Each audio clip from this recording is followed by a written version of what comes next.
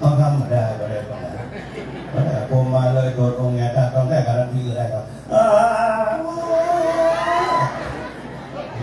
ใช่เขามีดูก็หนาเลยก็ลงหมดเด็ดกดมัน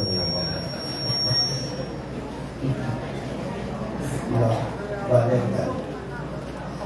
ให้ชาติไทยทั่วทั้งผองยังต้องอยู่ท่านฟังนะให้ชาติไทยทั่วทั้งผองยังต้องอยู่แม้ศัตรูมาก้ำกลายไม่นายหนีเราทุกคนควรยืนหยัดบนปัตภีว่าตรงนี้คือแผ่นดินถิ่นของไทยเรามีศาสตร์สะอาดเอี่ยมสูงเทียมเมฆเป็นอุดเอกช่วยดับทุกข์ให้สดใสทั่วแผ่นดินเป็นพี่น้องของชาวไทยสร้างโลกให้ดีทนรักสามัคคีเรามีพระมหากษัตริย์ขัตติยามหาราชเป็นจอมปราบช่วยดับทุกข์ให้สุขีทั่วทุกทรงพิสธรรมน้อมนำดีทั่วธานีได้ร่มเย็นเป็นนิรันดร์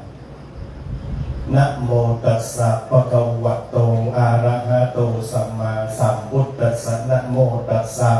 ภะคะวะโตอะระหะโตสัมมาสัมพุทธัสสะนะโมตัสสะภะคะวะโตอะระหะโตสัมมาสัมพุทธัสสะนิมิตตังสาธุรูปังนังกตัญญูกตเวทิตาติขอยกมือไหว้สาพระเจ้าพระสงฆ์ครูบาอาจารย์พระเถรานุเถระพระสังฆาธิการพระภิกษุสามเณรเพื่อสาธมิกทุกองค์ทุกท่านด้วยความเคารพขอเจริญพรกับพ่อออกสัทธาด้วยแม่เขาท่านผู้มีเกียรติทั้งหลายท่านในกำนันผู้จัดการท่านเทศบาลท่านนายกท่านรองท่านประธานท่านสจสทอบตและก็บยบและก็อสมที่มาในวันนี้ทุกคนท่านวันนี้อาตมาภาพบุตุศักดิ์ได้มีโอกาสมาแสดงพระธรรมเทศนาในงานรายการธรรมสัญจรของตำบลน้ำดิบนอกจากตำบลน้ำดิบพี่น้องทั้งหลายเคยมาปีนี้ฝนตกวันนี้มาฝนตกซะทุกคนฝนตกถ้าฝนตกวันนี้ต่างคนต่างไปติดเลยเฮ้ยจริงคนแล้วร่วมเข้าไปในเรียนกันได้อย่าดีมั่วดีงานชีวิตคนเราพวกนี้พี่น้องทั้งหลายเนาะเพราะว่าคนเรานี่นะหากสยามยังมียังอยู่ยงเราก็เหมือนอยู่คงชีพด้วยว่าคนเราเวลาฟังธรรมวันนี้เป็นธรรมะที่บรรยายแบบประยุกต์เพื่อญาติโยมทั้งหลายได้ฟังเพื่อความสามัคคีในหมู่ในคณะพี่น้องทั้งหลายนะอยู่ด้วยกันต้องฮักกันด้วยกันเมตตาเวลาสกรรมพระฮิตอัสดงตรงเดียวเขาความมืดเจ้าเข้ามาทำแต่วันนี้ทุกชีวิตต้องอยู่ลงตรงราตรีลืมหน้าที่ต้องผ่อนพักหลับนอนแต่พระสงฆ์องค์หนึ่งคือองค์หนึ่งนั้นยังไม่หลับเหมือนอาภัพต้องตื่นตาลาหมุนหมอนต้องเตรียมตัวออกจากสมภพจีวรเป็นนักเทศน์พระเนจรตอนค่ำคืนนะครับอารามอยู่ใช่ดีที่ประเทศเที่ยวของข้าอยู่คนเดียวก็เรียนสองตัวนี้ตัวนี้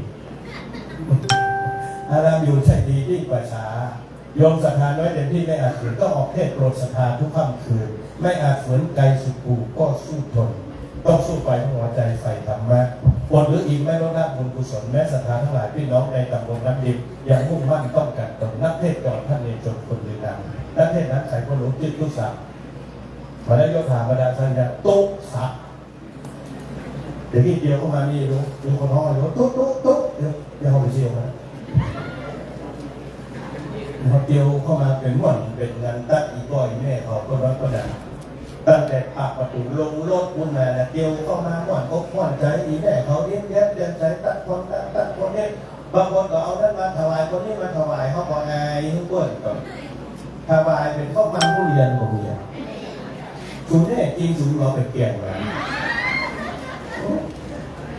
มึงเรื่องมาถามดีว่านะก็รู้ว่าขอบว่าหาเรื่องอย่างเป็นที่ของที่ถามต้องเอามาใช้ให้เขาแบบกองเดียวไม่กองอีกแล้วทำบอกคนเรามีความสุขตู้ลุงอยู่ที่ไหนอยู่ที่แม่ก็ของเนี่ยบ้านเขาอยู่ไหนยิ้มแย้มแจ่มใส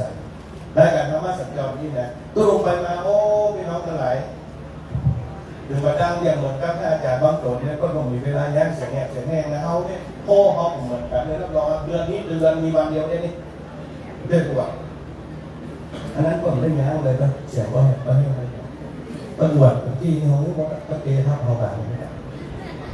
แต่ผมเลยนะก็มีด้วยของผมได้มากเขาตู้เจ้าเหมือนกันทักกันเอาไว้จะไปตัดกล้องสิบเปียงก็ตู้พี่ว่าแล้วตู้น้องว่าแล้วก็เหมือนกันเราตัดกล้องสิบเปียงได้อย่างตู้เจ้าพวกเราแค่จ่ายเงินกว่าเท่าอย่างนั้นแน่นะ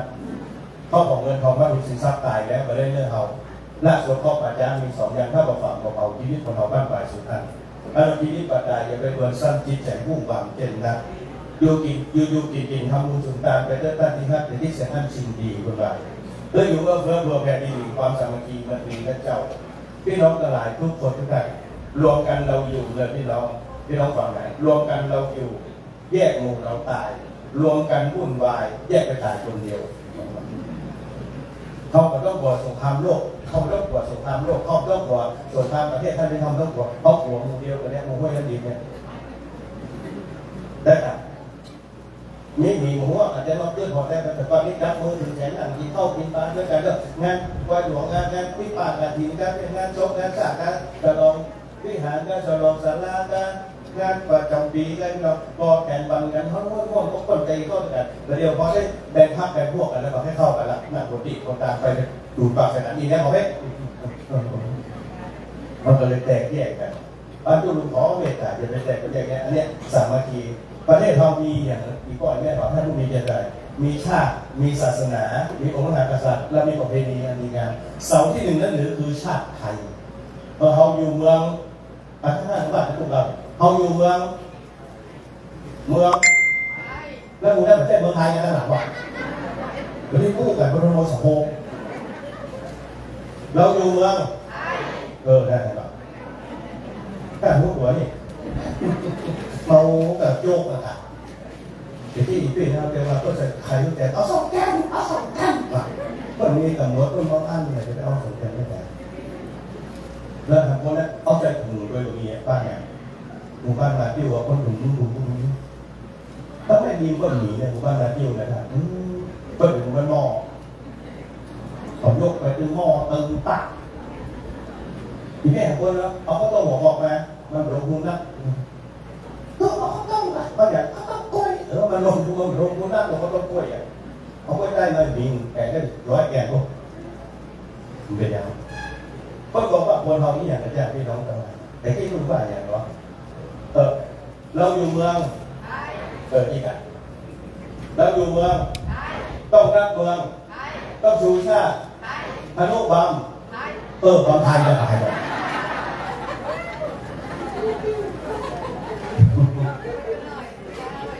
พูดไปเลยคุณบอก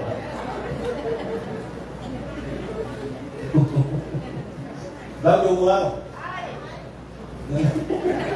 จูนก็บอกพร้อมกันเนี่ยเราอยู่เมืองต้องรักเมืองต้องชูชาติอนุบาลบำรุงไทยอยู่ตรงนี้พูดไปเลยอนุบาลให้ลูกสมเป็นปัจจัยสมเป็นเขาอยู่เมืองสมเป็นผมนะเพราะว่าเขาอยู่เมืองไทยเขาต้องรักเมืองไทยต้องชูชาติไทยทนุบำรุงให้รุ่งเรืองสมเป็นเมืองของไทยเราชาวไทยเกิดเพื่อไทยตายเพื่อไทยไม่เคยอ่อนน้อมเราไม่ยอมแพ้ใครแต่ว่าพวกเราเป็นสร้างเอาแม่แล้วหมู่ห้องหมู่กันอะไรเราเชื่อหรือวันพิเศษบอกกันเนี่ยโอ้พี่น้องบ้านคนพี่เป็นมึงเป็นปูเสกกันนะฮะความสุขก็ได้พระพุทธเจ้าผู้สอนที่เราสอนจากความสามัคคีที่มีนักหนาก็อุรุราปาเกิดกลุ่มงานหนักงานเบาเท่าองค์กุ้งเป็นมุงเป็นจุ่มคนเดียวกันตัวแล้วด้วยกันพัฒนาพอควายบรรลุการเรียนจิตใจของเพียงงานดีท่านฝ่ายเพื่อศักดิ์ศรีความสามัคคีตรงนี้และเจ้าเอาสามัคคีในหมู่ในคณะมันมีความสุขกันนะมีความสุขเพราะฉะนั้นพวกเราเมืองไทยเราเป็นเมืองที่มีความสุขเพราะเมืองไทยเรามีชาติมีศาสนามีองค์พระมหากษัตริย์แล้วมีคำว่าปาเพเสาที่หนึ่งนั่นหรือคือชาติเสาที่สองของอภัยคือศาสนาเสาที่สามยืนหยัดกษัตริย์ภาษาไทยนะครับเสาที่สามยืนหยัดกษัตริย์ใช่กษัตริย์ราเด็กคน300-400ได้คนเดียวเสาที่หนึ่งนั่นหรือคือชาติเสาที่สองของอภัย คือศาสตร์เสาที่สามยืนแบบกายศาสตร์เสาที่สี่นั้นนะมีค่าปากเพถ้าสี่เสาหลักปักแน่นบนแผ่นใครทั่วดินก็ดูรักในสัตว์ศัตรูไหนก็ไม่กวดไปก็บ้าไปนั่นแหละ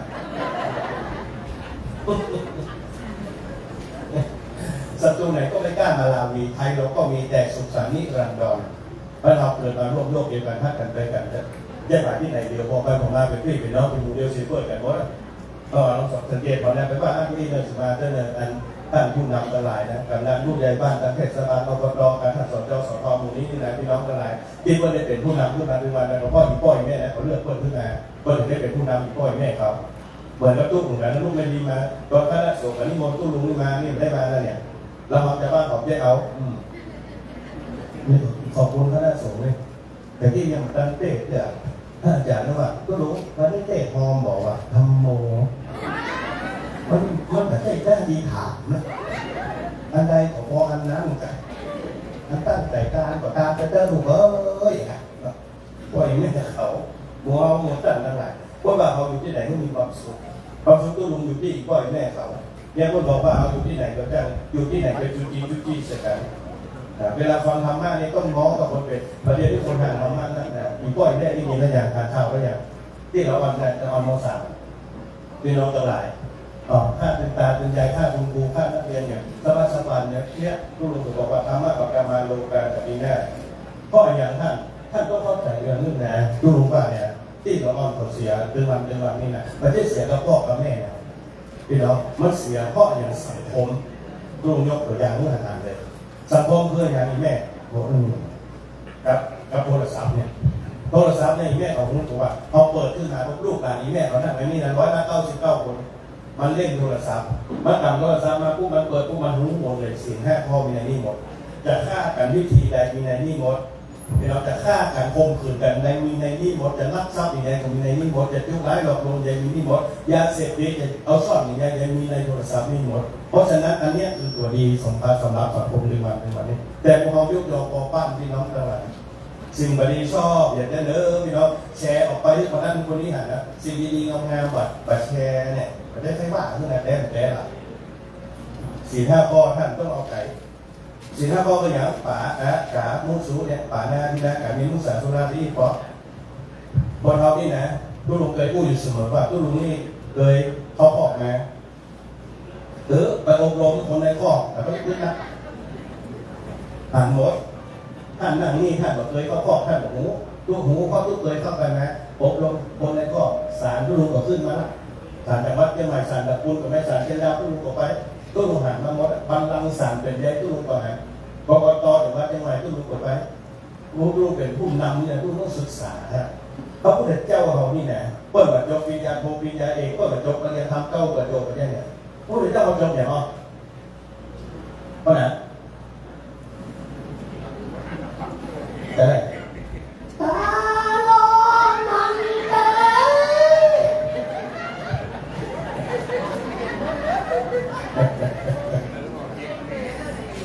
ลูกน้องเขาถามเพื่อนๆว่ามีพัดลมกับพัดลมเนี่ยก็ถามมาได้ถ้าเรามีก็แล้วไปคุณจะต้องอย่างดูกันหนักกว่านั่นจะร้อนกว่าจะได้ก็ได้เนี่ยเ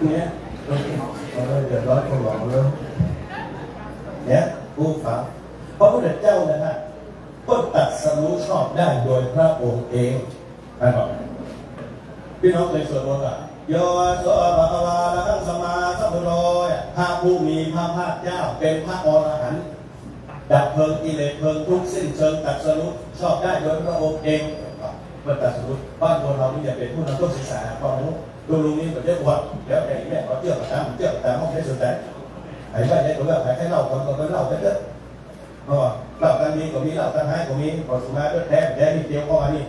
กูได้เลยนะลูกพี่ทุกน้องเขาเดียวเข้ามาอย่างกันอย่างไรอีกข้อนั้นถ้าลูกของข้ารอดโกงแบบเขาเนี่ยมาได้สักบาทจะห่อเอาฟรีไปดื้อผมได้แบบขนาดลูกของข้ารอดเพราะว่าแค่ได้เข้ามาแหละนี่แหละแล้วมันกล้ามาได้แล้วมาเนี่ยมาเอาเข้ามาทุเรียนมาแรกผมเอานี่มาเนี่ยคนเราความสุขความเกิดขึ้นที่ไหนเนี่ยถูกไหมถ้าเกิดทุกปีทุกน้องอีกคนเนี่ยพระท่านผู้เจริญตู้ตรงนี้73 อย่างนั้นนะได้บอกว่า73ตู้ลงเกิน20ก็เตียนนะแต่เมื่อเดือนเมษานะ12 เมษาที่ผ่านมานี่แหละที่ถามเขาละได้ละลูกได้ละไม่อะไรนี่มันมีชาวบ้านแบบใช้ผู้เจ้าอย่างนั้นตกลงก็ได้บอกละได้ละแล้วมองเด็กกับไม่มองลงไปเขาลงอย่างเขาลงอันเดียว4 คนนะอีกพวกนี้เขาทุกคนทุกท่านเนี่ยตู้ลงจะลงแบบหัวแล้วตู้เป็น78ล้านห้า78ตู้ลงเป็นคนของใครคนของอีแม่อีพ่อเขาเดือนวันได้บทตัวตู้ลงมาเข้าโรงยามา20 ปีแล้วบอกให้ฟังไปที่นี่คุณมาเลยโรงยาก่อนบอกให้ฟังแล้วเราอยู่ด้วยกันเครียดนี่เนี่ยโรคเครียดเป็นโรคบดีนะต้องมีที่ปรึกษาพี่น้องต้องมีที่ปรึกษาอย่างไรด้วยเนี่ยที่มันมีปัญหาเนี่ยพี่น้องตลาดมันปรึกษาใครมาได้แล้วลูกพี่น้องตลาดนี่แต่คนซ้ำเติมมันเกิดปัญหาเพราะฉะนั้นก็มาอยู่ที่ไหน1อย่าสร้างปัญหา2อย่าพึ่งพาสิ่งเสพติด3อย่าคิดผิดศีลธรรม4อย่าเป็นผู้นำในทางที่ผิดตัดชั่วตัวดีมีน้ำใจไฟคุณธรรมคุณธรรมเพื่ออย่างนั้นป่านะกามุ่งสุป่านาที่นากาเมมุสาธุลานะพ่อก็ละเราต้องไปอ้างเรื่องสวรรค์และนิพพานแต่เคยไว้สักคนท่านต้องการความสุขอยู่ในที่นี้ท่านมีป่ากามุ่งสุมีความสามัคคีในหมู่คณะเอามือให้นิ้วนี้เดี๋ยวพอไปมือนี้จะไปแอบใส่กันนี้อย่างนี้แล้วก็เป็นน้ำหนึ่งใจเดียวกันถ้าความสุขมันจะเกิดตอนเดียวนี้เขาแตกแยกกันนะพี่น้องทั้งหลายเขาแตกแยกกันทั้งนอกกันแล้วบางพวกบางกลุ่มข้างในจะว่ามีหมายเลข15ได้ว่าหมายสักคนนะพี่น้องทุกคนเกิดมาร่วมเดียวกันถ้าอาจารย์เนี่ยทุกพี่ทุกน้องหลายคนหลายก็หูว่าทุกเนี่ยจะได้ว่าประวัติอะไรแน่ผมบอกบางแนวเป็นปัญญาธรรมทุกคนต่างชาติฟังเอาแต่ได้กับผู้แบบเดิมเนี่ยมันมีอย่างเปลี่ยนแปลงเพราะคำสอนผู้เป็นเจ้าเนี่ยมันเปลี่ยนแบบได้บางคนก็เจ้ามาแล้วแต่ทำเขาถ้าถึงยุคเด็กทำไมแย่ผู้เป็นเจ้าปรินิพพานได้2,569 ปีกรรมก็มีมาละ5 ข้ออาจารย์ผู้ช่วย45เขาเปลี่ยนเยอะเป็น46เอ๊ะเอาที่ว่าโกจำดีดู46หมดเลยลองกลัวเขาพูดกันทั้งหลายรู้แต่ว่าเขาอยู่ด้วยไหนต้องรักความรักและความสามัคคีแต่เพราะว่าที่ว่าแต่เสาที่1นั่นคือชาติไทยเมืองไทยเรามีชาติศาสนาเสาที่2ของไทยคือศาสนาจนวันที่ยึดมั่นที่ใจของเราตลอดว่าเรียกท่านเนี่ยนะครับถ้าเมืองไทยเขามีที่นะท่านศาสนาเอาอยู่ได้ถ้ารู้เรื่องเกาหลีใต้เกาหลีเหนือครับเกาหลีนี่แหละจะบอกคนฟังเกาหลีเหนือนี่นะท่านสัญญาณโทรศัพท์อะไรนี่มันมีในบอกคนฟังแล้วอีกอย่างที่ได้อยู่ที่เพิ่มจากการอันดูพ่ออันแต่ดูนะแต่สัญญาณโทรศัพท์อะไรก็มันเพิ่งมีเนี่ยก็มันเพิ่งมีต่อกันอันนี้คือความสุขจากประธานสถานการณ์พอจะนอกก็ต้องบอกเข้าไปแนวกรณีเดิมได้ไปทำได้นักการเมืองก็มีเข้าคนจะออกมาเราต้องเป็นนักการเมืองก่อนบ้านเราสงบสุขที่สุดเนี่ยประเพณียังมีที่ไหนอย่างนี้ก็ไปซ่อนหาที่ไหนละมีกระพักเหนือเนี่ยเมืองไทยเรานี้แสนดีนักหนาในน้ำมีป่าในน้ำมีเข้าในดินมีเมืองมันป่าไม่มีมดส้มนะจะเข้าอย่างมีอะไรที่หมดว่าเราอยู่ที่ไหนไปเครียดสิกันที่ไหนทำงานทำคนละหน้าที่ก็ดีแบบเมื่อก่อนแต่ว่าที่เราช่วยกันเพื่อนกันทำไปกันเนี่ยก็บอกว่าอยู่ที่ไหนนะจะไปมีสิ่งที่ทำของพระพุทธเจ้าข้อเรื่องนี้นะฆ่ากันฟังกันท่านเนี่ยประเด็นนี้ก็ลงเนาะลงอะไรก็หมู่บ้าน45พี่น้องทั้งหลายก็ลงกันหมู่บ้าน45พี่น้องที่จริงแล้วนี่นะถ้าความคิดถูกถูกแม่พิจารณาแต่ว่าจำเป็นต้องมาเอาตัวใดภาษาถ้าเขาจะปฏิบัติได้นะปฏิบัติมันอยู่ที่ตัวเขาอย่างตู้ไปอบรมคนในข้อกันพี่น้องอบรมเขาเดียวเข้าประตูข้อไปหูเลยไอ้ที่ข้อก็อย่างมันฆ่าเพื่อนหรอกพอจะฆ่าผูกฆ่าป่าฆ่าเป็นฆ่าไก่โดนแม่ไม่บอกมันฆ่าเพื่อนหรือมันเหลือที่ข้อถ้าถามว่าฆ่าผูกฆ่าป่าที่ข้อได้ก่อนถ้ามันผิดศีลข้อ2นะถ้ามันลักของเพื่อนมามันที่ข้อเลยนะมันง่ายๆเลยถ้าปวดที่ข้อแบบนี้ตู้เราเป็นคนต่างชาติฟังทุกคนพูดอย่างนี้แล้วคนต่างชาติมาถามว่าคุณรู้ได้อย่างไรเกี่ยวกับเรื่องนี้บอกว่าไม่ใช่คำสอนของสัตว์นะคำสอนของพระพุทธเจ้าเพิ่นสอนฉันมาตั้งแต่ไหนแต่ไรมาละ2,500 กว่าปีเอามาอุ้มฟังคุณจะเชื่อตามใจถามว่าเมืองนอกกับที่ข้อกับที่ข้ออย่างละ5 ข้อฆ่ากันฟันกันกับที่ข้อละเตรียมออกไปเนี่ยเตะหมูเตะหมาเตะเป็ดเตะไก่ที่มีน้องๆกับที่ข้อที่ต่างท่านอาจจะแย้งตู้ลงแล้วโอ้ตู้ลงเหมือนเดิม ะหมูเตะหมาก็ผมมีพวกมันยับไรไงแม่ตู้ลุงอู้ต่อหน้าไฟเมื่อที่วันนั้นเนี่ยตู้ไปอบรมตำรวจสพแม่ปิงตำรวจเป็นร้อยตู้ลุงถามว่าตั้งแต่ท่านพุ่งกำลงไปจนถึงตำรวจธรรมดาใครเคยยับคนฆ่าหมาบอกอีกมันมีสักคนครับมีสักคนแต่ยับคนนี้มีเยอะบางคนเราอย่างนั้นแล้วก็มีอันนี้ของอู้เล่นอู้แดงหมูนะท่านสจเขาบอกว่าเตะหมานี่ติดคอก2 ปีนะถ้าคนยับได้นะถ้าเตะเมียนี่ปีเดียวเลือกเอาเตอร์เลือกเขาเดี๋ยวเตะไหนแต่เขาของหมูของป่านะเพราะฉะนั้นเราคนเราทุกคนทุกท่านเนี่ยน้องตาตายมันไม่รู้จะมีอย่างว่าจะไปฆ่ากันถ้าเอาหัวฆ่ากันเนี่ยเอาหัวตีข้อเขาจะไปฆ่ากันแต่อีกแล้วเนาะเขาคงหูอยู่นะรักทรัพย์เนี่ยถ้าคนพอใจเข็มเล่มเดียวก็ตีข้อแล้วนะถ้าคนแบบพอใจนะเข็มเล่มเดียวมาตีข้อเลยนะเราขึ้นเลยแต่เขายังทำอยู่เดี๋ยวบ้านเมืองเราสับสนทุกอย่างกับพ่อเนี่ยพ่อคนหูท่านคนกับหูมันก็เป็นอย่างของมันผิดมันเพราะมันผิดกับเพราะคนหูนักล้ำไปกันนะพี่น้องเกิดมาเป็นคนนะสุมาเตอร์ท่านผู้มีเกียรติทั้งหลายคนว่าเกิดมาเป็นคนจะไปเป็นน้ำเต็มแก้วน้ำเต็มแก้วนี่มาได้นะเอาอย่างใส่มาได้ก็เหมือนคนเราฟังก็รู้เขารู้เรารู้เข้ารู้ทันรู้กันรู้แก้รู้แพ้รู้ชนะรู้ละรู้ภัยรู้ใจรู้สังคมรู้การเปิดน้ำเต็มแก้วนี่เอาอย่างเติมได้หรอกแต่ถ้าน้ำเติมแก้วนี่นะเขาเป็นคนรู้เป็นเราเปิดเอาอย่างใส่ก็ได้ตู้ลุงก็จะว่าอันนี้นะตู้ลุงเป็นน้ำเติมแก้วนี่นะฟังหมดละเอกละอ่อนไผ่กู้อย่างมาเก็บมาคิดพิจารณาท่านทั้งหลายก่อนแล้วเขาจะได้ความรู้ตรงนั้นอันตู้ลุงบอกว่าตู้ลุงจะพูดเรื่อง4 ข้อนี่นะตู้ลุงอู้ได้ข้อเนี่ยตู้ลุงหายคนติดข้อมาได้ข้อไม่ยิงกับไปข้อเข้าใจกับไปข้อละอ่อนตู้ลุงกับไปตู้ลุงไปหาได้ไหมน้องมาหมู่เฮาหมู่กันทั้งหลายทุกคนทุกท่านเนี่ยปัจจุบันเนี่ยพี่น้องจะทายที่ปังกรเปิดกับไปแนวเปลี่ยนผมราชทัณฑ์เนี่ยผมที่แกหน้าสระไหนไม่ยิงหรอกผมไม่ยิงนะพี่น้องทั้งหลายก็ได้ถามมาหมดแล้วหมู่เฮาก็ได้ไปคำสอนพระพุทธเจ้านี่นะท่าน2,500 กว่าปีก็สอนเอาฮักกันไปกันก็สอนเอาแตกแยกกันนะนี่อีเหมาเอาอีนะเพราะคนเราอยู่ถึงวันในหันใจซึ่งกันและกันแล้วก็ด่าเขากล่อมว่าเขาด่าเขากล่อมว่าบอกคนรักของเขากล่อมว่าเขารักของเขาก็กล่อมว่าคนจะรักกับคนจะฮื้อนี่มันเหมือนกันนะข้อที่2เนี่ยรักทรัพย์คนจะฮื้อนี่นะไปถึงนี่ฮื้อนี่มันแบบเป็นอย่างแต่คนจะรักนี่นะมันลงซ่อนๆเลยเนี่ยเดี๋ยวว่ากันเนี่ยเดี๋ยวเลยว่ามันจะเอาเพราะฉะนั้นคนเขาศัตรูที่ใกล้ตัวคือคนที่ใกล้ชิดท่านต้องกลัวไหมถ้ากลัวเดียวเนี่ยยามเมื่อเป็นดีเหมือนมีกันนะเหมือนมีกันฆ่าคนเดียวเวลาตกก่อนจ้าผ่านจ้ามาแรงเดียวพี่น้องเครือเดียวกันเป็นเพื่อนบ้านยามตุ๊กอยู่ในตัวยามรวยตัวก็แบบเป็นปุ๊บท่านต้องกลัวไหมกลัวเดียวกันเนี่ยมันมีเรื่องเล่าลูกฟังตู้ลุงมีละครคนหนึ่งละครคนนี้มันเป็นหลานตู้ลุงแล้วก็มันบวชเฮียนเนี่ยแล้วมันก็ซิกกับพี่เฮียนถึงสุดต่อย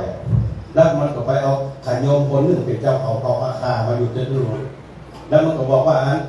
เนี่ยถ้าตู้ลุงตื่นเช้ามากินชงกับกาแฟถวายตู้ลุงแก้วเลยไอ้นั่นบอกว่าผมมาจ้างครับผมมาไปย่างเนี่ยที่ปัตตกาแฟก็ใส่ตักกาแฟก็ใส่นะแล้วเอาน้ำตาลนั้นน้ำตาลธรรมชาติน้ำตาลจากแม่หวานนะพี่น้องถ้าเป็นภาษาแล้วเราที่ร้านพูดแล้วร้องน้ำตาลเนเจอร์มาจากธรรมชาติเอาใส่เม็ดเนอร์เนี่ย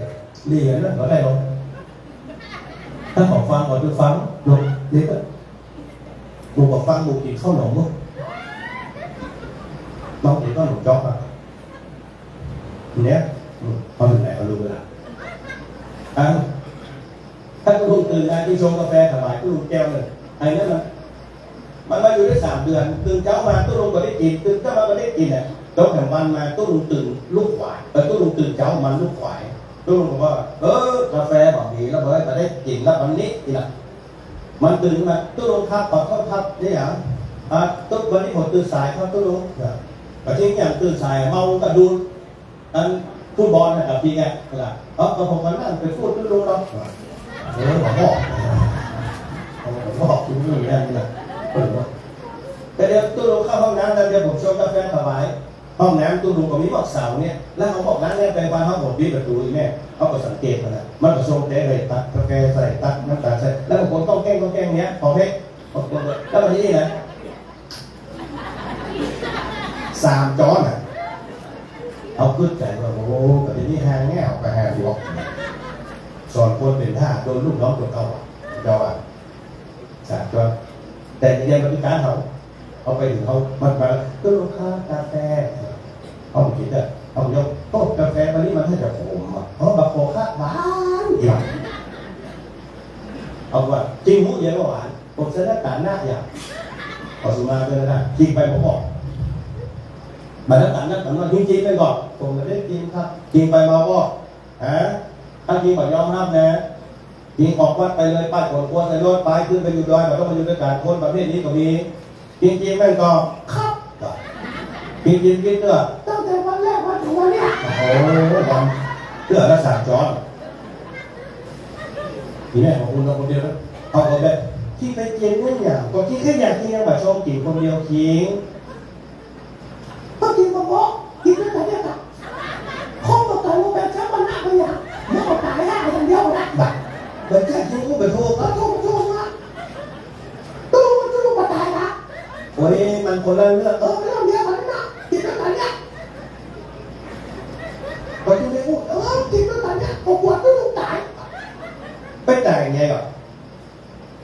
ศัตรูที่ใกล้ตัวคือบุคคลที่ใกล้ชิดหมายความว่าไงผมอยู่บนดอยตำรวจชายแดนไปสอนผมสอนว่าไงมีไม่ตายอยู่4 ก่อนเรื่องบอกว่าปวดมือก่อนที่2บอกปวดมีดก่อนที่3บอกปวดคอก่อนที่4บอกว่าปวดไม้ไผ่เหมือนกันเป็นปวดไม่หยอมันเป็นดำมันไม่คือมวยเอาที่ขึ้นได้ก็ตำรวจชายแดนสอนว่าไงอย่าไว้ใจมันลุกมันแสนสุขเลือลาเหลือกันเนาะถือเถาว่าพาแก้วที่เดียวเนาะยังไม่เคาะมันยังไงห้ามใจคงมันเอาสุนทรภู่มาแอ้งให้เราฟังเลยแล้วเขาว่าอย่างเงี้ยก็ถ้าในกาแฟมียาพิษปวดตายก่อนพอห้ามตัวลุงปวดตัวลุงตายเอาผมไปแจ้งว่าใหญ่ผมก็เลยจิ้มอะไรเอาก็เลยแจ้งว่าใหญ่มันขอให้เอาแกมันบอกว่าตายหรอกศัตรูที่ไปโดนคนใกล้ชิดเพราะว่าผู้ลุงต้องกลัวไปกลัวมูเดียวกันมันไปลำเดียวเวลามาโชว์กาแฟเมื่อของเราถามว่าที่จิ้มล่ะถ้าว่าไม่ได้จิ้มไปจิ้มก่อนพอเลยสุดยอดจะโชว์คนเดียวแบบไหนยกโชว์คนเดียวเลิกตอนนี้ไม่ต่างดูเลยโชว์คนเดียวเพื่อขอโชว์มือมันลูกคนทำมีนะเอาอยู่ด้วยกันพี่น้องในสิ่งคนหนึ่งเนี่ยฆ่ากันฟันกันไปแล้วบางไงพี่น้องทั้งหลายเพราะเมตตาเด้ออยู่ด้วยกันทักกันแฟนกันเด้อมีอย่างว่าพี่น้องปรึกษาหรือจะไปอยู่คนเดียวอย่างตู้ลุงเวลาตู้ลุงไลฟ์สดเนี่ยตู้ลุงบอกว่าใครมีปัญหาอย่างนั้นปรึกษาหารือแต่เนื่องจะไปอยู่คนเดียวจะไปปรึกษาคนที่ปัญหาตัวเขาจะไปปรึกษาคนที่มันมาหาตัวมันกระโจมตีเขาเรื่อยๆมันจบเตื้อแล้วก็เขาต้องปรึกษาคนที่มันเข้าใจเขาตัวแล้วเขาจะได้ไม่มีปัญหาตรงนั้น1อย่าสร้างปัญหา2อย่าพึ่งพาสิ่งเสพติดคือสิ่งข้อ5 3อย่าคิดผิดศีลธรรมคือศีลอย่างศีลข้อ3พี่น้องการเองเกี่ยวกับลูกหัวเรื่องนี้ศีลธรรมแท้ๆผู้ติดตามสอนนะ4จะเป็นผู้นำในทางที่ผิดถ้าเขาผิดตึงหมดนี่นะพี่น้องคือเป็นผู้นำในทางที่ผิดนะเขาต้องยึดมั่นและผู้รู้ถึงบอกว่าอย่างเงี้ยโอ้น่าอนุโมทนากับท่านผู้นำทั้งหลายตั้งแต่พระเจ้าพระสงฆ์มาอีแม่บอกว่าเกียรติซึ่งกันและกันพี่น้องเอาท่านนายกกำนันผู้ใหญ่บ้านผู้นำชุมชนผู้นำองค์กรส่วนตนส่วนพอการพี่น้องมานั่งด้วยกันเป็นตัวอย่างกันเพราะฉะนั้นหมู่เฮาหมู่ท่านด้วยกันเนี่ยรู้ว่ารวมกันเราอยู่แยกหมู่เราตายรวมกันพูดไว้แยกแต่คนเดียวเพราะว่าถ้าคิดได้ช่วยคิดนะถ้าทำได้ช่วยทำถ้าทำไม่ได้ให้เป็นกำลังใจถ้าเป็นกำลังใจไม่ได้นะให้สงบนิ่งยังไม่ได้นะไปตายนะมันยุ่งลูกหันบ้านคนเขาอยู่ที่ไหนจะไปสร้างปัญหาพอเขาอยู่ที่ไหนเขาสร้างปัญหาเขาสังคมมาพอดีทักกันไปกันดีกว่าพี่น้องทั้งหลายเนี่ยสิพระเจ้าข้อหนึ่งก็ฆ่าสาตาชีวิตเปิ้ลบอกว่าสมัยก่อนเนี่ยตอนที่ตุ้ลุงบวชเป็นเนรนะ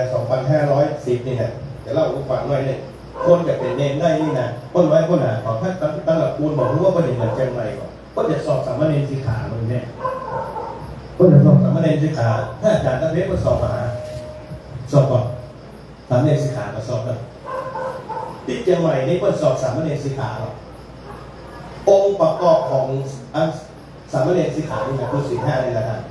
ประวัติการฆ่าสัตว์ตัดชีวิตอันหนึ่งปาโนสัตว์มีชีวิตสองปานะสันติตาตนรู้อยู่ว่าสัตว์มีชีวิตสามวัฏกัจจิตังจิตที่จะฆ่าสี่อุปการโมทำความเพียรที่จะฆ่าห้าเตนะพระนังสัตว์ตายด้วยความเพียรนั้น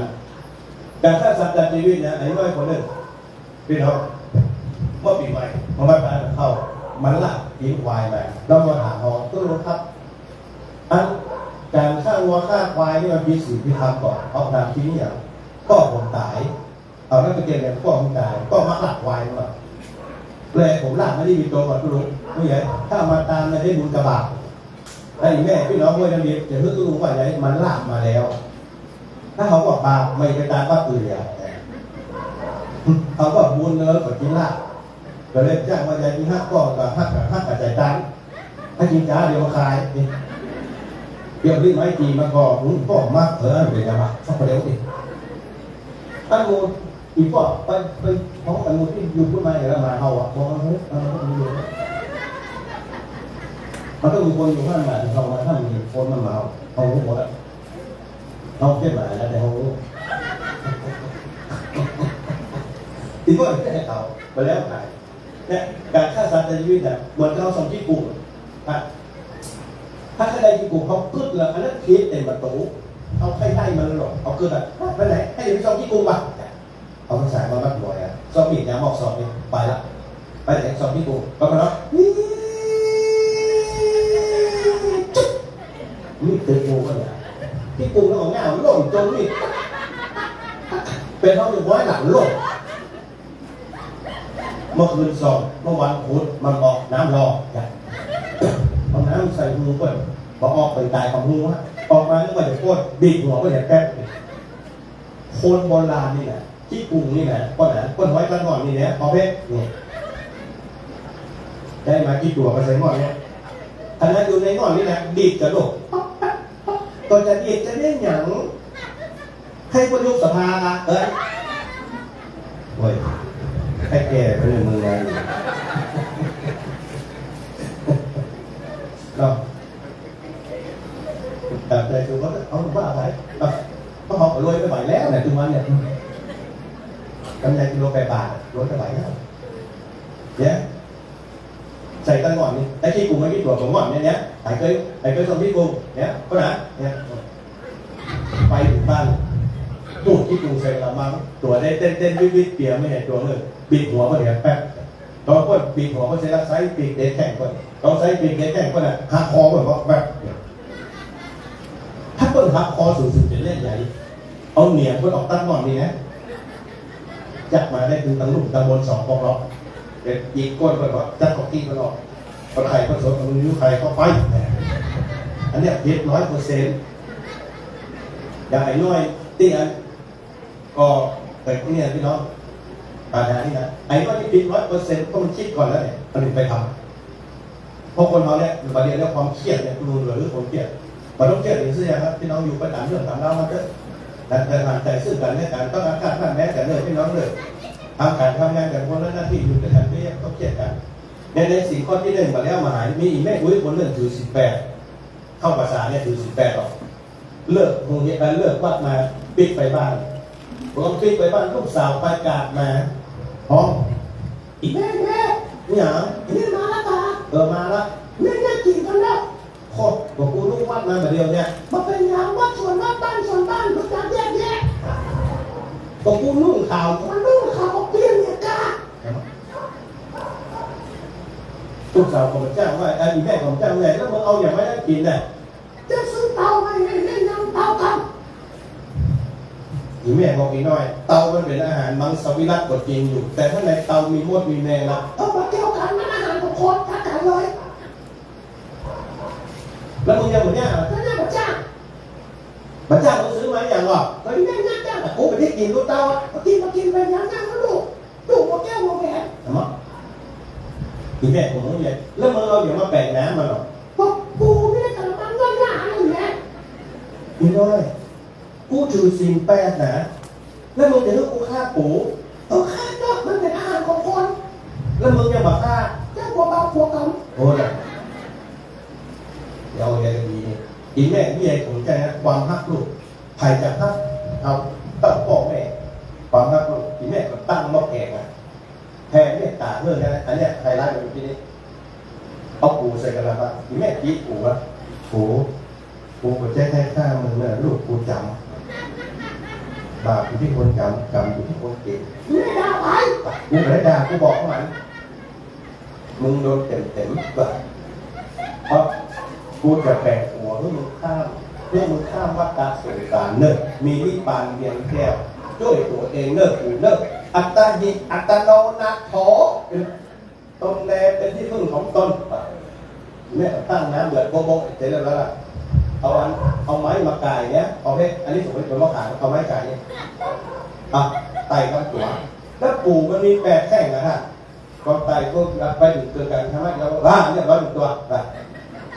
ปล่อยไว้ที่ตัวกระยักเนี่ยเพราะที่ตัวที่3เนี่ยเป็นปู่พระราชทานปู่ใหญ่ถ้าตัวนี้ใหญ่เอาไม้2 อันเนี่ยไป2 อันนี้ปล่อยปู่ไปปู่ตัวใหญ่พี่น้องมันอย่างเน่งมันโคตรแต่ก็โคตรแต่อีกแค่นี้ใหญ่ก่อนโอ้มึงแกงนะแกนะเอาล่องก็ยังโคตรอยู่นะอันออกอย่างอัน2 มาตรฐานป่ะคนเราอันเนี้ยพี่น้องการฆ่าสัตว์การชีวิตต้องประกอบด้วยองค์มันนี่ก่อนต้องไปสนใจกินอาหารกินเพื่อประทังชีวิตกินเพื่ออยู่จะไปอยู่เพื่อกินเพื่อเราอยู่สร้างคุณงามความดีไปพอจะไปอยู่เพื่อกินพี่น้องสร้างปัญหาต่อสังคมและบ้านเพื่อนบอกว่าน่าอยู่ไหนจะสร้างปัญหากินข้าวเนี่ยแบบที่ทำให้คนดีคนชั่วพี่น้องใครจะกินเจ๊นั่งเลยนี่กินใครจะกินเจ๊กินตามใจนะพี่น้องทั้งหลายกินเพื่อประทังชีวิตประทังเองวันนี้ตู้ลุงก็ได้มาบอกนั่นแหละพี่น้องไทยที่เป็นน้อยเป็นหนาคงจะรู้นะก็บอกพระภิกษุไม่ควรฉันเนื้อ10 อย่างพี่น้องไปพอในหนังสือเลยเปิดในโทรศัพท์อะไรพระภิกษุไม่ควรฉันเนื้อ10 อย่างมาขอถามตู้ลุงแล้วตู้ลุงกินลาบควายก่อนเนี่ยลาบควายที่ผู้ซื่อเขาบอกกินมันแดงถ้าเขาลาบมาเขาย่อโปกตัวมันดำเขียวๆเลยนะมันยุ่งเลยมันคนเขามีอะไรเงี้ยก็เลยแม่เลยคนจะชั่วจะดีจะดีรวยตุ๊กมันอยู่ที่จิตใจคนจิตใจเพื่ออย่างป่าอาถรรพ์มุสุระชั่วเป็นคนดีทำจิตใจคนจนจะต้องเศร้าหมองเอาสิ่งข้อหนึ่งมาพูดกันละแต่ข้อปีแม่ก็เขาทุกคนทุกท่านนี่นะสอนลูกสอนเต้าแต่ก็ไปสอนเรื่องสวรรค์ที่มาเนี่ยเอาสิ่ง5 ข้อเนี่ยเดี๋ยวแยกกันเรื่องตีข้อไปเอาตีข้อเขาพูดกับกฎหมายก่อนลูกถ้าลูกรักว่าลูกตีข้อออกครับตีข้อครับอันนั้นคือสิ่งพูดแรกข้อ2นะอธินาห้ามรักทรัพย์ของปกครองเขาได้แล้วหรอกนะอันเรื่องรักทรัพย์เนี่ยสิ่งข้อที่2ไอ้ก็คนหนึ่งมีไอ้กอนี่เหมือนที่รักแล้วก็แบบที่โลกไอ้ขอนี่ที่รักที่โลกตัวนี้วันนั้นไปรักแบบเต้าเจ๊ได้แบบเต้าออกส่วนมาโปรแกรมแล้วก็ไอ้ขอเนี่ยมันที่โลกแล้วมันบอกเมื่อไอ้กอว่ามันจะรักหมวกมันเหลียวไปปาใส่หมวกเจ๊มันก็เปลี่ยนหมวกเจ๊มาสุดแหละแล้วก็อู้กันเอาอย่างไรไอ้คอเหลียวไปป้าอย่างซุปหมวกตัวมันก็สวะกับตั้งโน่นนะเจ้าของสวะล่นไอ้คอกับสวะล่นตัวแล้วก็เอาหมวกออกไอ้ที่มันล่นก็ย้อนหมวกแล้วเนาะเหลียวมาอย่างตัวก็มันลูกกุยโจ้ะเหลียวพวกแต่ว่าที่นี่ครับพ่อเนี่ยตัวจริงอย่างรักหมวกเพียงบอกเพื่อแหมเป็นหูใหญ่ต่อมาเพื่อแต่ที่จริงแบบซุปลูกคนเท่านี้นะรักกับโลกมันเหมือนกันนะข้อที่3พี่น้องเกี่ยวกับลูกกับผัวกับลูกกับเมียอันบ้านเรือนใหญ่โตเราหัวฐานมีเสาทานหลายต้นมันเป็นทนไหวเกิดเป็นคนอยู่เดียวก็เปลี่ยวใจต้องแต่งงานกันไว้อาศัยกันอาศัยต้นอาศัยเป็นผัวเป็นเมียดีทั้งนั้นไอ้พ่อแม่เลยแต่ขอสุมาได้ไปมาอันนี้แหละเวลาปีหัวกันมานึกถึงวันให้ได้ก่อนเวลาไปได้กันนี่นะก็โตน้องเล็กน้องแหนเธออยู่ไหนฉันอยู่นี่พี่รักษาเมืองก็มึงที่ไหนกูไม่แพ้จะปิ๊กเลยนะไม่ขอปวดตายตอน5 เดือนจ้ะตายตัวบอกว่าปกติต่ำอย่างยุกมึงด่าใครด่าใครกูนี่ผัวมึงไงแค่ผมไม่อยากให้พอผัวมันเป็นก็เป็นผัวเป็นญาติ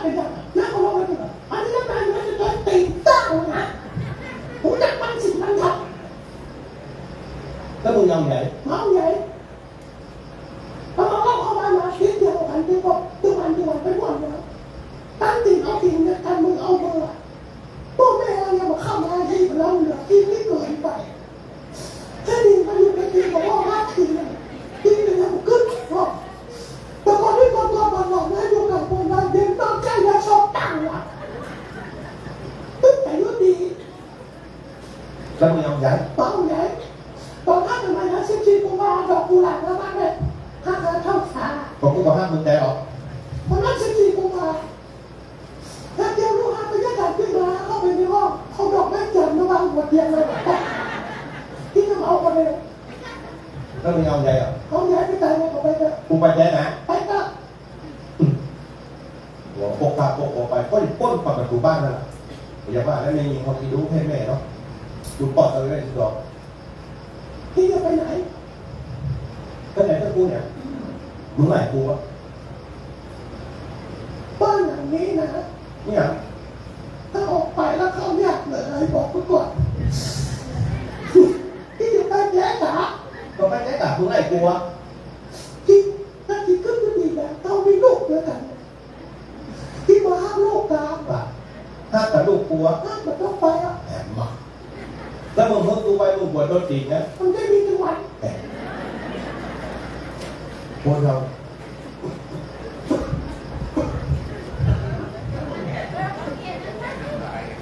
ได้ค่ะมีคนยายคนนึงไปบ่มขืนไม่ดีพ่อแม่คนมาปาเอาใส่จริงผมขืนลูกฮะที่ข้อ5 ปีไปนั่นมันยอมตีพ่อผมมาตีข้อแม่ก่อนแล้วได้ยายผมขืนลูกฮะที่ข้อ5 ปีหัวมาบอกอีกพ่อเลยเดี๋ยวอีกพ่อจะให้ไปตีข้อ5 ปีเลยนั่นลบในเมืองพอลงไปแฟนมึงไปพ่อไปเอาไปตีข้อได้ยายเจ้าของ5 กัน5 กันเดี๋ยวนี้แต่ถ้าจริงมา5 กันได้จริง5 ลูกฮะตีข้อ5 ปีต้องลงไปอยู่ด้วยกันได้20 ปีมีลูกด้วยกัน3 คนต้องทำวันมากลัวเป็นโรคซึมเศร้าเขาว่าผมเป็นสตอเมียเป็นอสมมีอะไรนี่อ่ะ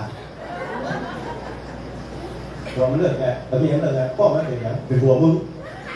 แต่แค่นะแต่แค่อย่างเราซุกโลกกันเลยเป็นเนี้ยเรื่องถึงความหลังเมื่อไหร่ตอนที่ผมมีอย่างกันใหม่ที่พ่อจะให้ที่พ่อ5 ปีนะครับก็เราเป็นไรให้มันตื้นใจก่อนผู้ใหญ่ให้ลืมตีข้อก่อนผู้ใหญ่ถ้าตีข้อไอ้โป้หลักก่อนถ้าเราเรียกว่าเรือข้อ3 ปีแล้วข้อสิ่งข้อ 3ครับถ้าไปอ้างไก่ตัวเนี่ยและโดยเฉพาะเรื่องสิ่งข้อ 3ประเด็นที่หนักที่สุดนะเพศแม่ของนี่แบบว่าซื่อๆโดยเฉพาะไม่หนีเขาเนี่ยโอ้ต้องเป็นห่วงสังคมเป็นห่วงแท้ๆเลยแม่ละอ่อนเดียวเชื่อเหมือนละอ่อนสมัยก่อนแต่ก่อนนี้ยังพอแม่เขา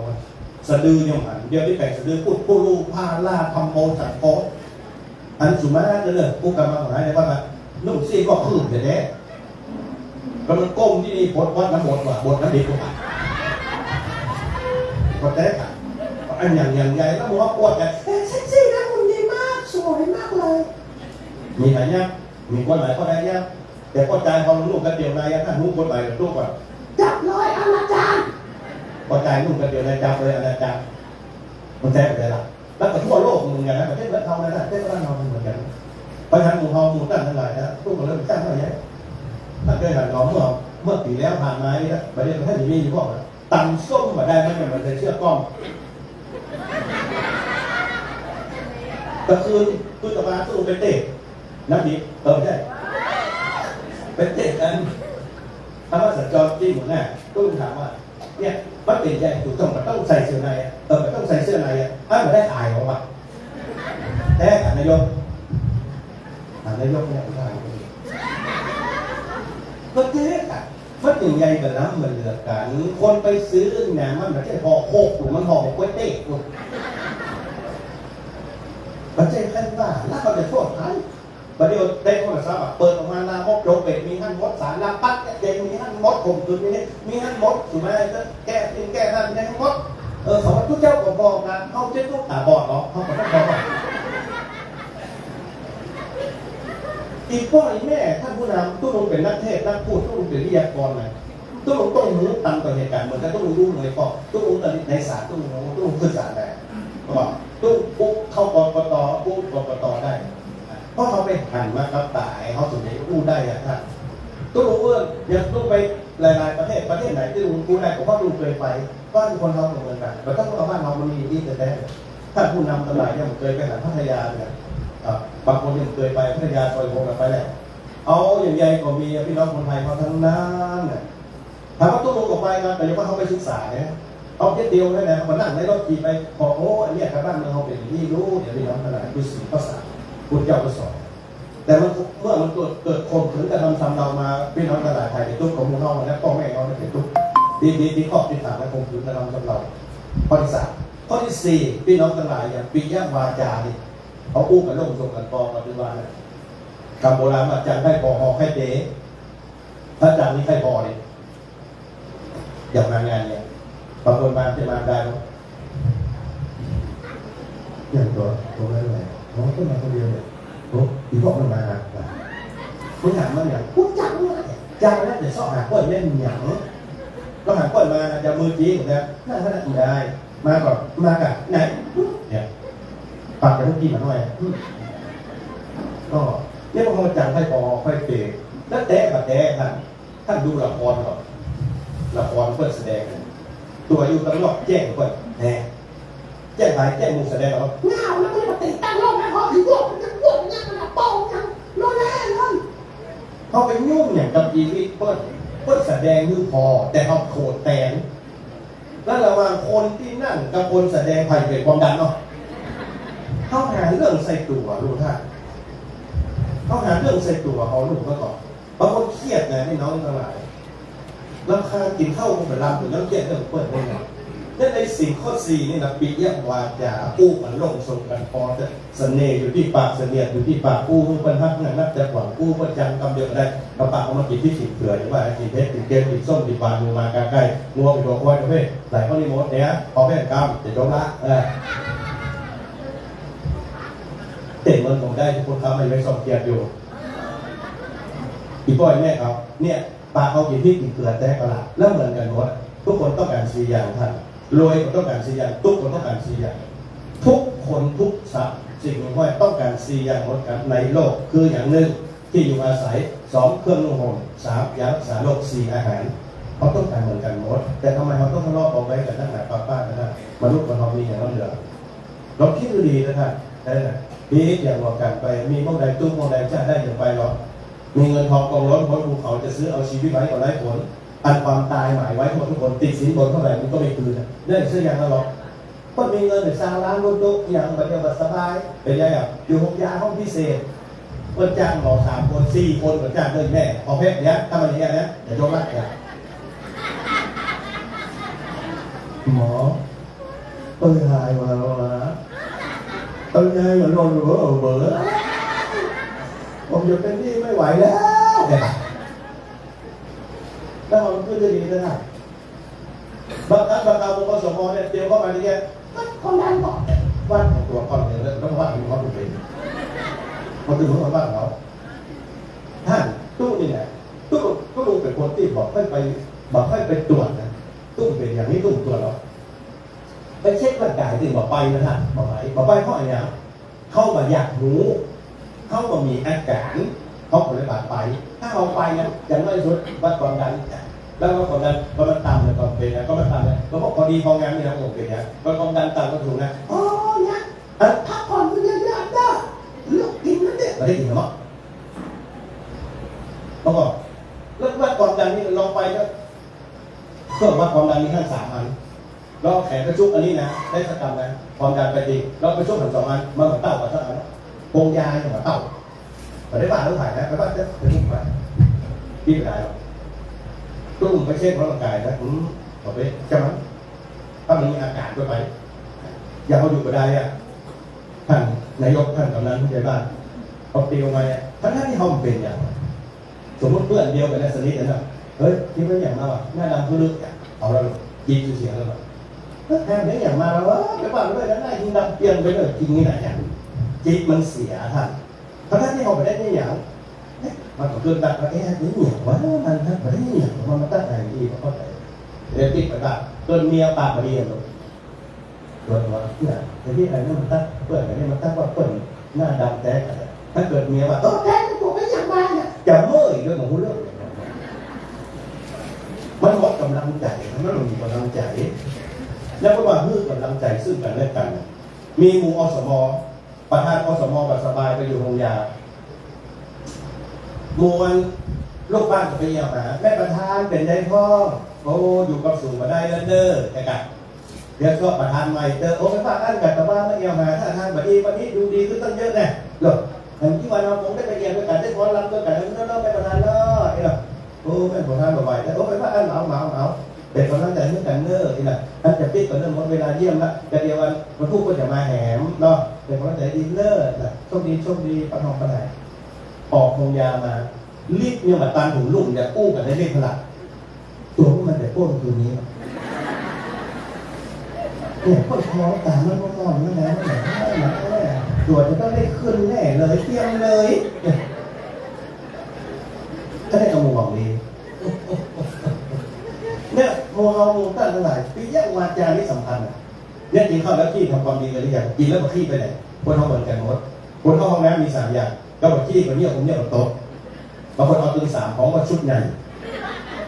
เราเชื่อตู้ลงมาเราไปเข้าห้องน้ำหมดเลยเราไปนั่งของยอพอจะมาตึงมาอย่างแต่อันใดจะมาก่อนจะมาแน่แต่ถ้าถามตู้อะลงมาก่อนโอ้ก็ลงมาอีกหน่อยก็เลยลงมาเราฝดลงในที่เปิดมาเราพี่เปิดมาเราโก้มหอได้ศูนย์อย่างนั้นพี่แพ้อะไรเงี้ยมึงได้มากอีกแล้วพี่แพ้แต่แบบเพราะจะรู้ท่านจะฟังความจริงหรือฟังความเท็จท่านรู้ก่อนการบ้านการเมืองเราเป็นวันที่เราดูใจที่เขาคิดว่าในวันถ้าเราจริงใจต่อกันนะครับถ้าเราจริงใจต่อกันก็รู้ว่าความจริงมันจะเกิดขึ้นได้พระพุทธเจ้าสอนนะท่านรู้บอกว่าเดี๋ยวที่เขาสงครามมันเกิดขึ้นเพราะเนี่ยความโลภความโกรธความหลงความอิจฉาริษยาซึ่งกันและกันโลภะโทสะโมหะพอคือความโลภความโกรธความหลงความอิจฉามันเกิดขึ้นเพราะคนเราเกิดมีนักก็เป็นตุ๊กบ่มีก็เป็นตุ๊กมีอย่างไรเป็นตุ๊กของพ่อนี่พ่องานเพียงพ่อก็เป็นตุ๊กเรื่องเงินเรื่องทองมันได้ใจทุกอย่างอยู่แม่นี่หามาจะเป็น10 ล้าน2 ล้านได้วัน300 บาทมันก็มีอย่าง4 อย่าง1เครื่องนุ่งห่มเนี่ยแปะบ้านแปะเจ้าเนี่ยซื้ออาหารการกินเนี่ยแล้วก็ซื้อยารักษาโรคแผลต่างๆรักษาได้แยกท่านเหมือนกันหมดทุกที่เหมือนกันหมดเพราะมันจำเป็นสุภาพก็จะขี้มาได้ในเส้นเงินสมัยเดียวเช่นสมัยก่อนรู้แล้วเข้าห้องน้ำกันก็ลงไปยังไงปีน้อยนะก็ลงอันนี้3 อย่าง5 บาทไอ้อย่าง3 อย่าง 5ขี้เลี้ยวโต๊ะ5 บาทจ่ายนะบ้านเขาให้มีอยู่ซ่อนหาตีนเลยห้องน้ำตู้ลุงที่อารามกันไปซื้อมาไหนมันไปเที่ยวแบบคนเดียวไปเดียวมาแล้วมันไปกาดอ่ะคนนึงเข้าคนนึงออกแค่บ้านนี่นะแล้วบางคนเข้ามาแม่เขาตั้งตู้ไว้นะของขอใส่5 บาท2 บาทบาทเขามาใส่แล้วบางคนมาใส่จมห้องน้ำมาสะอาดแล้วมึงจะมาเข้าเนี่ยหยั่งโอ้ยเราแปลงเมื่อกี้เนี่ยมึงตดกว่าดีแล้วลุงตามบ้านบ่อเขาแปลงไว้ที่เดียวกว่าดีแล้วลุงก็ไปปีนี่อย่างก็จะแบบตัวร้านมันดีไรห้องน้ำมาสะอาดเด่นยักษ์เนี่ยคนเอาเนี่ยพี่น้องเอาดีใส่ตัวเอาชั่วใส่คนอื่นโทษคนอื่นมองเห็นเช่นภูเขาโทษของเรามองไม่เห็นทั้งเส้นของตดคนอื่นเหม็นเบื่อเลยแต่ทนตดของคนถึงเหม็นไม่เป็นไรมองดีเปิดตดแจกเปิดตดปองเนี่ยต้องที่ตดตัวเขาลงเดียวเนี่ยทีนี้เขาเชื่อนั่งด้วยกันเนี่ยถ้าสาดน้ำหอมนะจะจมละผมเลยเขาเป็นรายการเนี่ยถ้าสาดน้ำหอมนั่นดีเลยตัวใช้น้ำหอมได้หอมแบบน้ำหอมยี่ห้อนี้เอาอย่างนั้นเพื่อมาจากประเทศทางประเทศหอมแบบชื่นใจเลยใช้ได้ใครก็ดูว่าเนี่ยเขาเป็นน้ำหอมแต่ถ้านั่งไปนั่งมาถ้าแห่งกินมาแบบแค่น้ำหอมเราใครจะถามถ้าเกิดเมนโต๊ะเราสามารถคอยพีกันอีกตัวโต๊ะกันนะไม่ใช่ดีมันในร่างกายเราทำให้เห็นว่าตัวแท้เที่ยวไทยเป็นท่าแต่ว่าเที่ยวอันนี้ต้องใช้ลงให้กับไม่เหรอสิ่งง่ายจะไปของว่าให้ตัวถ้าแค่ตัวนิ้วมันเป็นตัวบ้านด้วยถ้าใครรู้ว่าใครโต๊ะที่หลายนี่แบบเนี้ยเนี่ยนั่งในนี้ต้องมีอดีตตำรวจทหารเปิ้ลยับกันถึงวันนี้นะเปิ้ลยับพิรุษท่านคนโต๊ะที่หลายนะมันจะนั่งนี่นะพอไหมมันจะแปลงแม่สื่อมันคือมันเหลียวมันผมรู้มันได้เนี่ยก็กระทบคนอื่นมองเห็นเช่นภูเขาโทษของเรามองไม่เห็นเฉยตดคนอื่นเหมือนเบื่อแล้วตดของตนอื่นเหมือนไม่เป็นไรคนเราเลยหน้าแจ้งตั้งแต่วันตีตาแจ้งก็พอมีสองแก่ผู้ดังแจ้งกระโดดมีสองมือแจ้งก็พอมีสองแต่ปากเขากินผู้เล่าความมีปากเดียวบอกกันปากเดียวมันว่ากันนะปากแรกเกสาโลมาหน้าขาทันตาโตท่านเข้าไปในส่วนกรรมฐานที่วัดสมิงเกสาโลมาหน้าขาทันตาโตเกสาคือเส้นผมถามคุณพี่คุณน้องที่เป็นอุปชาก็โอนเส้นผมมาโคตรเวลาเขาเนี่ยเอาผ้าเหลืองของคอเพื่อคนที่อยู่ว่าเกสามาอันแรกพุทธเจ้าสอนเราจะตู้สอนอะไรแม่เกสาทุกคนเรื่องมูเนี้ยจะอู้คนต่างชาติฟังคุณน้องทั้งหลายแล้วลูกศิษย์ลูกหาคุณก็เลิกคนต่างชาติที่ไหนอู้ฟังแต่เขาจะรับถือพูดหรือไม่เขาหมูแต่เขาอู้ของฟังด้วยความจริงแหละแต่ว่า เกสาที่หมดมันปื้ดเกสาเนี่ยมันมีขี้อยู่2 อย่างคนของว่าขี้หันแกเคยใครหัว2 ขี้ตามประมาณในตาที่ของว่าขี้ตาอะขี้ตานี่น้อยเดียวแต่น่าจะขั้นว่าต้องเชื่อทุกท่านต้องกินเข้าด้วยกันจะต่ออาหารจานละหมื่นแล้วก็แต่ขี้ตาปูดยกเข่าเลยพ่อมาที่พี่น้องก็ยังปูอ่องเหรอใครก็ทำปูอ่องเหรอไอ้ตาขี้ตาแล้วตาปลาเขาเรียกว่าจ๊ะปลาทูเกมปลาทูเค็งเขาเรียกว่าจ๊ะเหรอทอดซุปขี้ตาเต็มเนี่ยต้องเข้าตั้งกันอยู่อ่ะก็ในตาขี้ตาในพวกดาวอย่างขี้มูกในท้องขี้เตอร์ขี้มูกขี้เตอร์มาด้วยกันได้เกิดจนตายเปิดไอ้กระโหลกครับช่วยจ้าเปิดตัวไอ้กระโหลกลืมบึ๊บอะไรแม่จ้าตุ้งนั่งเนี่ยคุณแม่ตุ้งไอ้แล้วตุ้งเนี่ยกำขี้เตอร์มันไหลออกมาตุ้งกระลืมเนี่ยถ้าสถานหาตุ้งลงไปลืมเนี่ยเขาว่านี่มันมีกระโหลกจะเอาว่าเอาแบบกระลืมแบบนี้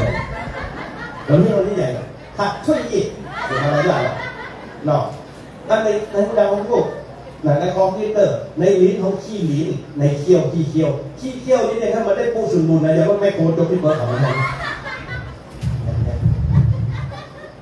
ถ้าเขาเคยสังเกตในบ้านเนี่ยเราคนที่เข้าเซ็นแล้วนะตัวเคี้ยวมันดมเพื่อมึงแต่ดมง่ายๆนี่มันตัวมาคว้าบางคนตัวมาตีใหญ่ย้ำลึงตอกเนี่ยในเคี้ยวขี้เคี้ยวในลิ้นขี้ลิ้นในหูขี้หูในมือขี้มือในเล็บขี้เล็บเท้าแง่ขี้แง่ถูกไหมเตือนตัวพี่น้องครูอาจารย์ที่พ่อแม่ท่านรู้เจ็ดเลยปื้นติ่งห้องขี้ติ่งตั้งแต่หัวถึงติ่งห้องขี้ไข่มันมีก็ขี้โชกโปกอะไรอะไรนั่นพิศวาสพี่น้องเพื่อนบอกแล้วก็ดีบุญคนเรามีตายไปแต่เป็นที่ตั้งจบเย็นของชีวิตเลิกฟังจุกเตียวปีบ้านเนี่ยเตียวออกไปนอกบ้านไปเนี่ยเจอที่หมูที่หมาที่เป็ดที่ไก่อย่างมีเดือดเลยนี่อย่างไรเนี่ยเจอที่หมาปิดปฏิบัติช่วยกินรับยกแต่ลงเนื้อใส่ของคนนั้นมันแบบยกไอ้ยังไงจับหมาอย่างอ่ะตาบอกตาลงห้ากินบอกอย่างไร อย่าง ขี้โป่งกระป๋อง มันเป็นยัง คุณพ่อเขาใส่หนูว่า มันใช่ของคนก็อย่างนี้ เล่นกับพวกแบบมาโดนแน่นเลย ตัวเป็นเนื้อใส่ก้นกล่องพวกนี้ก้นคนแหวแล้วอ่ะตลอดก้นแห้งหมดแต่ตอนไหนก้นเปี้ยกไงท้องขี้แดดเดียวลองเลิกเขาใส่จักเกิดออกหอกำมัดตึงอย่างนั้นเข้ามันทุเรียนนะแล้วใส่แกงบอลดูไหม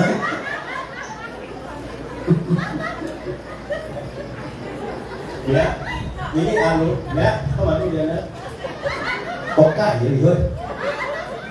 มูเราปกก้าทั้งหลายว่าดีเนี่ยเพราะฉะนั้นคนทำดีอย่างกินข้าวแล้วขี้ทำความดีอะไรอย่างเงี้ยตู้เลยฝากธรรมะให้หมู่เอาอะไรเนี่ยท่านขอผู้อยู่ด้วยกันท่านกันไปกันเดินกันจากนี้ท่านขอเรื่องชาติศาสนาห้าองค์กษัตริย์ประเพณีดีงาม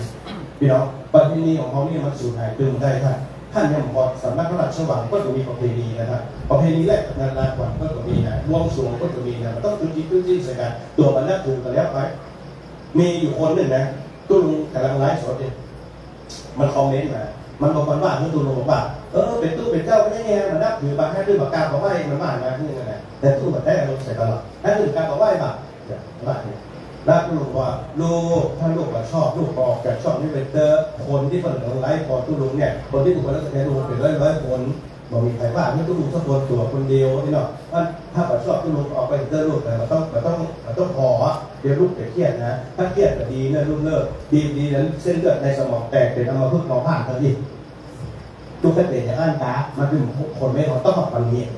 เขาได้แจ้งนะเขาบอกมันเขาคนเป็นอัมพฤกษ์เดี๋ยวเส้นเลือดมันจะแตกยังไงเครียดเรื่องเพื่อนนะฮะถ้าทำโปร่งตกดีกว่าแล้วก็ไปบ้านอย่างนี้ก่อนในสำนักพระราชวังก็มีดูว่าดูหมอก็มีผู้เฮาหมู่กันหลายทุกคนก็มีเหมือนกันโน้แต่พี่น้องสำนักพระราชวังเราคือ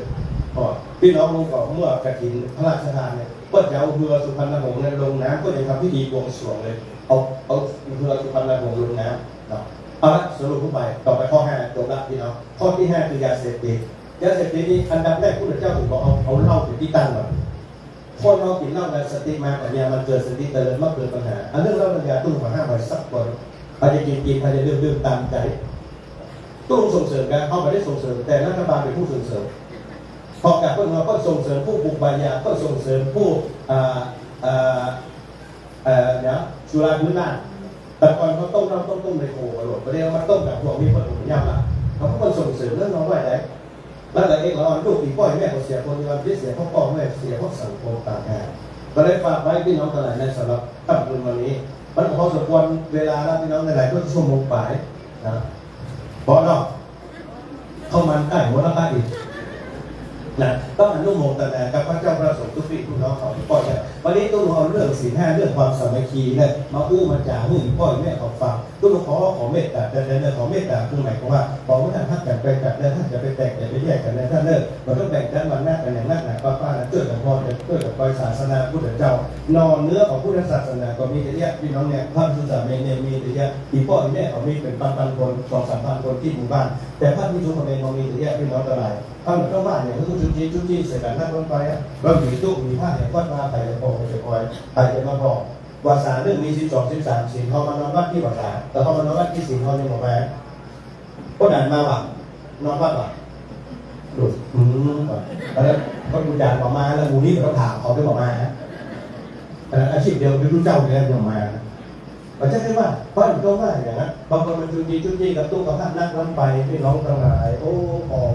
หันใจกันพวกเกิดมันรุ่นเกิดแม่นี่นะบางเขาที่มีอย่างกันมาแล้วมือละเขาอย่างว่านั่นแหละมือแค่นิ้วอะไรแบบนี้ก็ตัดไปก็รักษาได้ก็รักษาได้เห็นว่าก็ตัดมันเกลือพี่น้องทั้งหลายก็ตัดมันเกลือเราขอคอยไปกันรักษาได้ก็รักษาได้ก็ตัดก็ปั้นไว้กันเพราะว่ากัน